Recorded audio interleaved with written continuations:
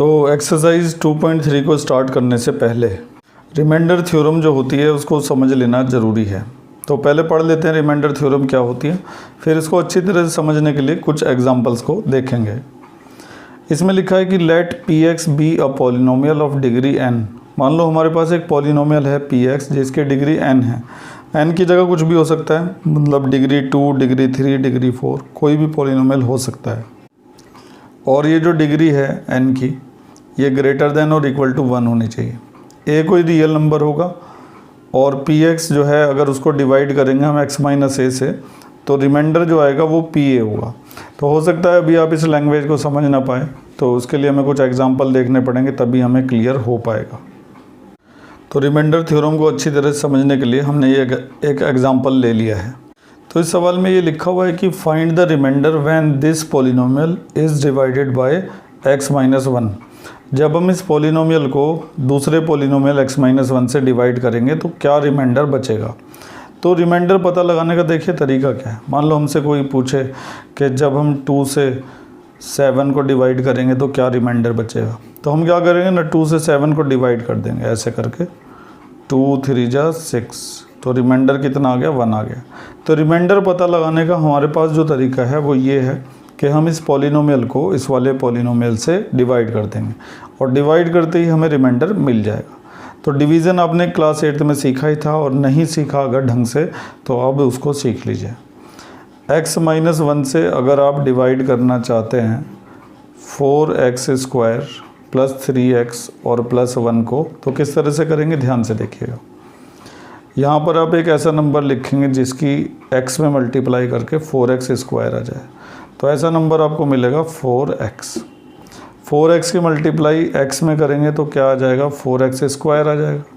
फिर 4x की multiply खाली x में ही नहीं करनी होती, पूरे में करनी पड़ेगी। 4x की मल्टीप्लाई 1 में करेंगे तो आ जाएगा माइनस का 4x। ये जो 4x आपने लिखा है इसकी इन दोनों में मल्टीप्लाई करके यहाँ पे लिखा जाएगा। उसके बाद क्या करते हैं, जो भी यहाँ पर आता है उसका साइन चेंज कर देते हैं, इधर माइनस आएगा और उधर प्लस आएगा। इसके बाद 4x स्क्वायर प्लस का और 4x स्क्वायर माइनस का हो जाएंगे कैंसिल, तो 3x और 4x मिलाकर क्या बन जाएगा, 7x। क्योंकि साइन चेंज होने के बाद जो माइनस का था वो प्लस का बन चुका है, तो प्लस का 4x और प्लस का 3x मिलकर बन गया प्लस का 7x, और लास्ट में क्या आ गया है, 1 आ गया है। ठीक है, अब वहाँ पर x है और हमें क्या चाहिए, 7x चाहिए। तो अब हम कितने से मल्टीप्लाई कर देंगे, 7 से।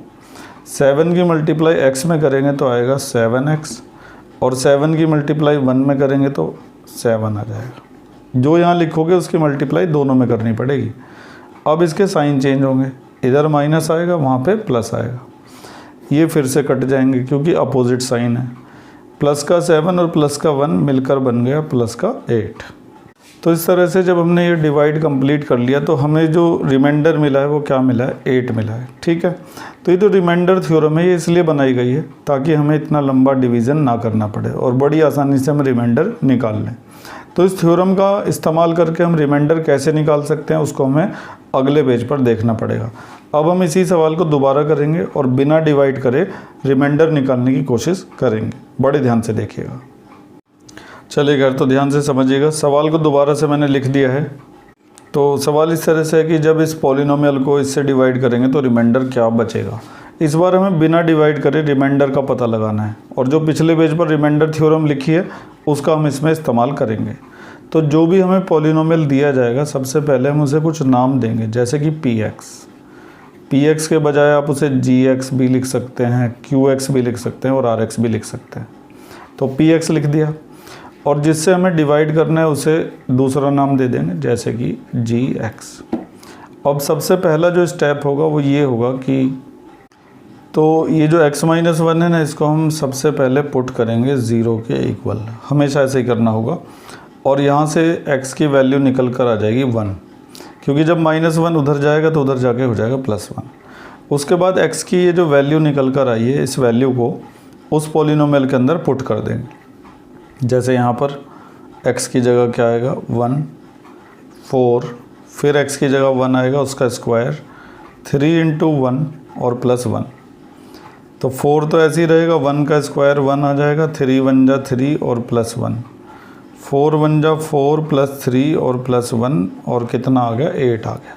तो रिमाइंडर फिर से निकल चुका है और इस बार हमने डिवाइड नहीं किया, बिना डिवाइड करे ही रिमाइंडर आ चुका है। पिछली बार रिमाइंडर डिवाइड करके आया था, इस बार रिमाइंडर बिना डिवाइड करे आया। तो इस बार हमने रिमाइंडर थ्योरम का इस्तेमाल किया। इस थ्योरम में क्या करते हैं कि जिससे भी डिवाइड करना होता है उसे 0 के इक्वल पुट करते हैं, उससे जो x की वैल्यू निकलती है उसे अपने पॉलिनोमियल में रख देते हैं। पॉलिनोमियल में उस वैल्यू को रखते ही हमारा रिमाइंडर आ जाता है। अब शायद हमें वो थ्योरम समझ में आ सकती है जो यहाँ पे लिखी हुई है। ये देखिए ज़रा, px को अगर डिवाइड किया जाएगा x - a से तो रिमाइंडर क्या होगा, pa होगा। क्यों होगा? क्योंकि जब हम x - a को 0 के इक्वल रखेंगे तो उससे x की वैल्यू a आएगी और x की इस वैल्यू को वहाँ पे रखा जाएगा, तो जाहिर सी बात है कि रिमाइंडर क्या बनेगा, pa बनेगा। तो उम्मीद है कि आप अब थ्योरम समझ गए होंगे। अब इस थ्योरम का हमें एक्सरसाइज 2.3 में इस्तेमाल करना है, तो शुरू करते हैं एक्सरसाइज 2.3 को।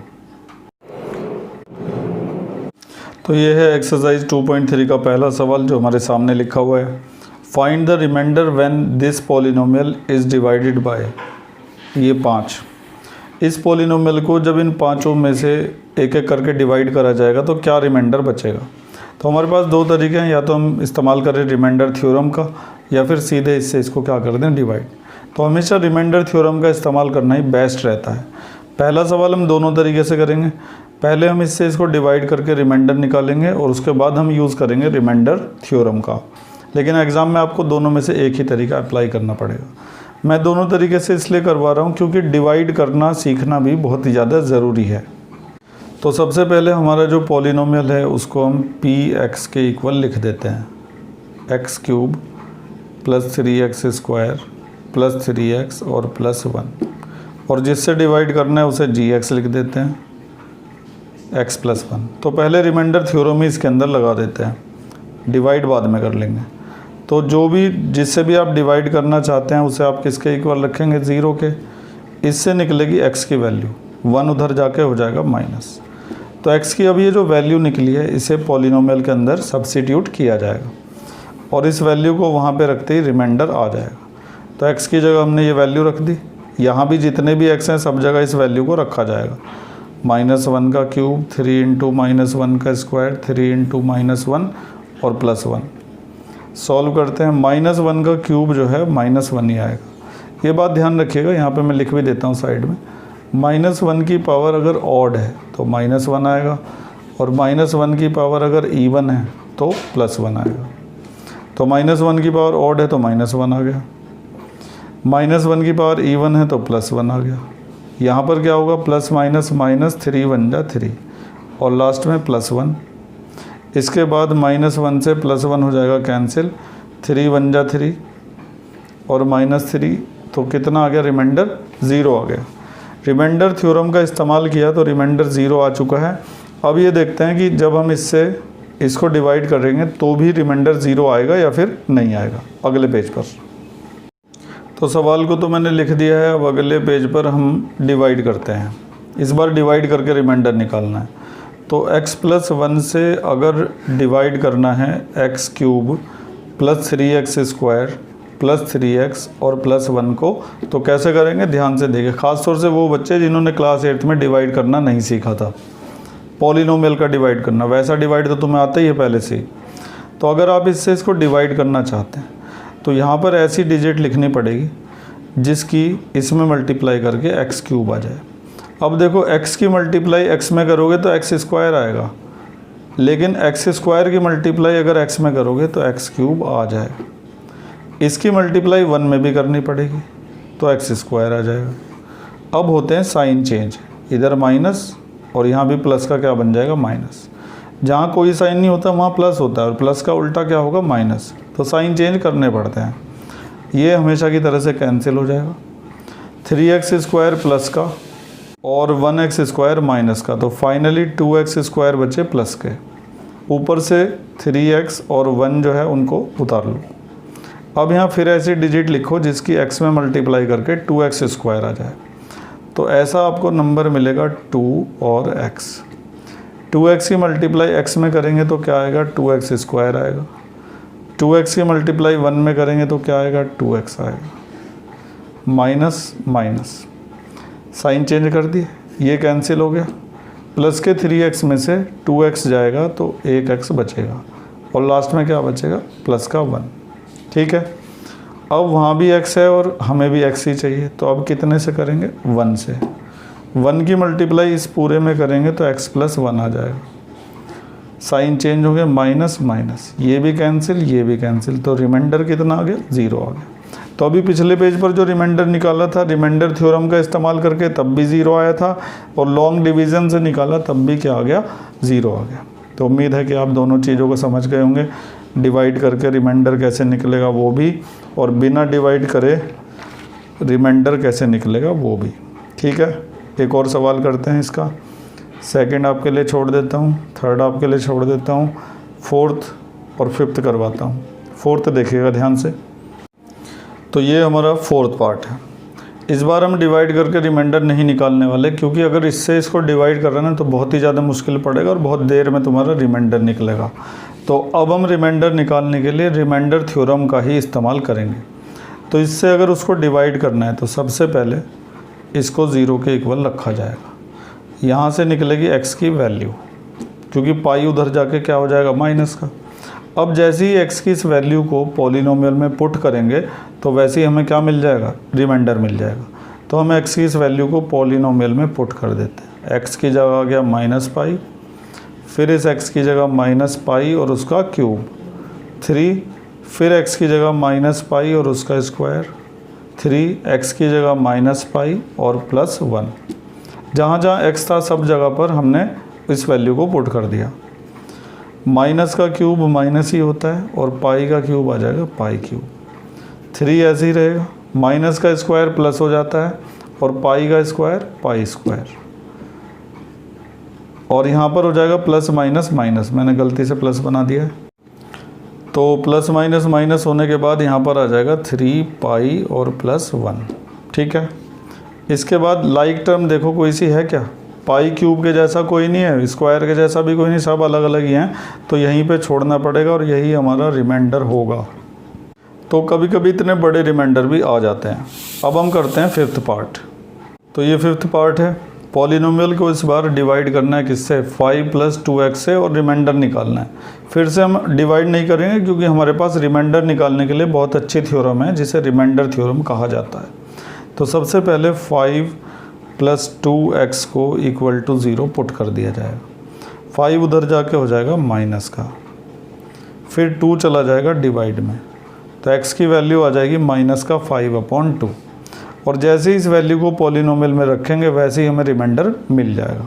तो रख देते हैं इस वैल्यू को।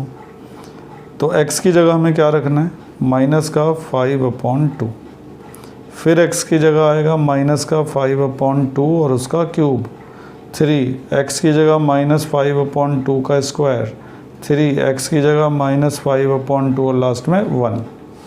अब इसे सॉल्व करते हैं, ध्यान से देखिएगा। 5 का क्यूब होता है 125 और 2 का क्यूब होता है 8। 5 का क्यूब निकालना है तो कैसे निकालोगे, उसको 3 बार मल्टीप्लाई कर देना बस। बहुत से बच्चे 5 3 या 15 लिख देते हैं, ऐसा नहीं है। क्यूब है तो 3 बार मल्टीप्लाई करना पड़ेगा। ठीक है, 2 का क्यूब 8 हो जाएगा, और माइनस की पावर ऑड है तो माइनस आएगा, और माइनस की पावर इवन है तो प्लस आएगा। 3 ऐसे, माइनस की पावर इवन है तो प्लस हो जाएगा, और 5 का स्क्वायर क्या होता है 25, और 2 का स्क्वायर क्या होता है 4। प्लस माइनस माइनस 5 3 जा 15/2 और प्लस 1। इसके बाद माइनस 125/8, 25 3 जा 75/4, माइनस का 15/2 और प्लस 1। अब हम इसे अगले पेज पर लेकर जाते हैं। अगले पेज पर लिखने के बाद अब हम एलसीएम लेंगे। एलसीएम आ जाएगा 8, माइनस का 125 ऐसे ही रहेगा, 4 2 जा 8 और 2 की 75 में करेंगे तो आएगा 150, और इधर आ जाएगा 60, और वहाँ पर 8 की सीधा 1 में मल्टीप्लाई हो जाएगी। अब इसको सॉल्व करते हैं। पहले माइनस वालों को प्लस कर लो, तो माइनस वाले हो जाएंगे कितने 5 8 185, और प्लस वाले कितने हो जाएंगे 158 डिवाइडेड बाय 8। अब माइनस कर लो, 15 में से 8 गया तो 3 बचा, सॉरी मैंने गलत लिख दिया, 15 में से 8 जाके 7 बचेगा, ठीक है। यहाँ पर रह गया 7, 7 में से 5 गया तो 2 बचा, और माइनस का साइन लगेगा क्योंकि माइनस का बड़ा है, तो ये आ गया रिमाइंडर। रिमाइंडर थ्योरम से भी काफ़ी मुश्किल से रिमाइंडर निकला है, काफ़ी काम इसके अंदर हमें करना पड़ा। सोचो कि डिवाइड करते तो फिर कितना मुश्किल पड़ता। तो उम्मीद है कि रिमाइंडर थ्योरम से रिमाइंडर कैसे निकाला जाता है वो आप क्वेश्चन 1 में अच्छी तरह से सीख गए होंगे। आगे बढ़ते हैं, एक्सरसाइज के बचे हुए सवालों को भी निपटा लेते हैं। तो बड़े ध्यान से समझिएगा सवाल नंबर 2 को, इम्पोर्टेंट क्वेश्चन है और एग्ज़ाम में आता रहता है। फाइंड द रिमाइंडर, फिर से रिमाइंडर निकालना है। When this polynomial is divided by this, तो हमेशा जब भी डिवाइड करना होगा लीनियर पॉलिनोमियल से डिवाइड करना होगा। आप देख भी रहे होंगे लगातार कई सवालों में। तो जिसको डिवाइड करना है सबसे पहले उसे लिख दो px, और ज़रूरी नहीं कि px ही लिखोगे, कुछ और भी लिख सकते हो, qx, rx, एनीथिंग। तो ये तो हो गया हमारा पॉलिनोमियल, और जिससे हमें डिवाइड करना है उसे हम लिख देते हैं क्या, gx। तो सबसे पहला स्टेप आपको याद होगा अच्छी तरह से, इसको हम रखेंगे किसके इक्वल, 0 के, और उससे जो x की वैल्यू निकलेगी उसको पॉलिनोमियल के अंदर सब्स्टिट्यूट कर दिया जाएगा।